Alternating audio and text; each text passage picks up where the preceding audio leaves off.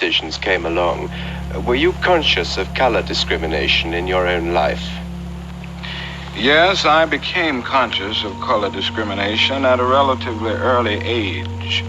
I think the first time was when I was about 6 years old. Live in front of us, but their parents had a store, 2 white boys, and they were my inseparable playmates for the early years of my life. And I remember when I was about 6, something started happening. When I went over to play with them, they always made excuses. They could not play, they were busy.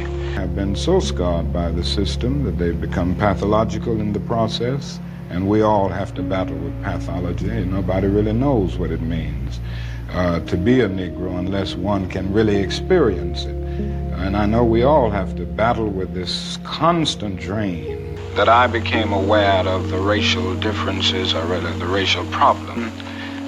But the thing I would always remember is that in the midst of her explanation, she always said to me, you must never feel that you are less than anybody else.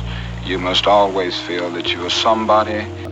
Many of the Southerners are going to take a stand against the president's legislative program, other phases of his legislative program anyway. And it is better to go down taking a strong moral position than to lose out when you have hedged on a basic moral principle. And I think this is a choice before the president. He must start now making moral decisions rather than purely political decisions. Hope for this.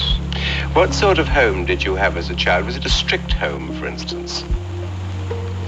Well, I guess it was a relatively strict coming up in a minister's home.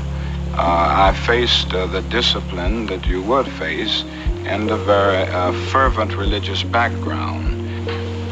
No, I really didn't. I had no idea that I would be catapulted into a position of leadership. And the circumstances, it so happens that many demonstrations that I lead end up in violence in the sense that we who are demonstrated. And theological training, but never did I realize that I would be in a situation where... Well, I saw this in the beginning in Montgomery, but this wasn't the basic reason that I turned to nonviolence and that I believed in it as a philosophy. I turned to it because I felt that it was the morally excellent way to deal with the problem of racial injustice in our country. They asked me to serve as a spokesman and the president of the Montgomery Improvement Association, and from this time, I found myself in a leadership. Well, again, I must confess that there are those moments when I feel a sense of inadequacy as a symbol. It is never easy for one to accept the role of symbolism without going through constant moments of self-examination. In the moderates in the white community, feeling that the moderates would understand and that we would have great allies in our struggle from the so-called moderates.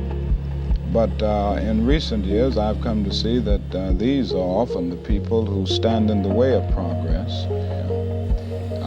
That is morally right on the one hand and politically expedient on the other. I think the president will discover that if he took a forthright, courageous stand on this issue, he would get great support from...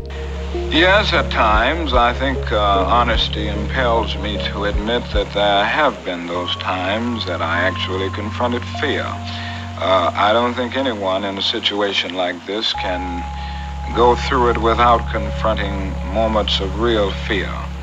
Gave me an inner sense of assurance and an inner sense of security in the final analysis. Even in the moments of loneliness, something ultimately came to remind me that in this struggle, because it is basically right.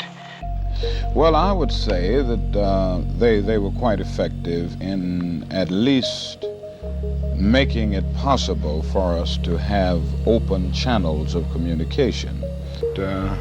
That dream that I had that day has at many points turned into a nightmare. Now, I'm not one to lose hope. I keep on hoping. I still have faith in the future. But I've had to analyze many things over the last few years, and I would say over the last few months. I've gone through a lot of soul-searching and agonizing moments, and I've come to see that we have many more difficult days ahead, and some of the old optimism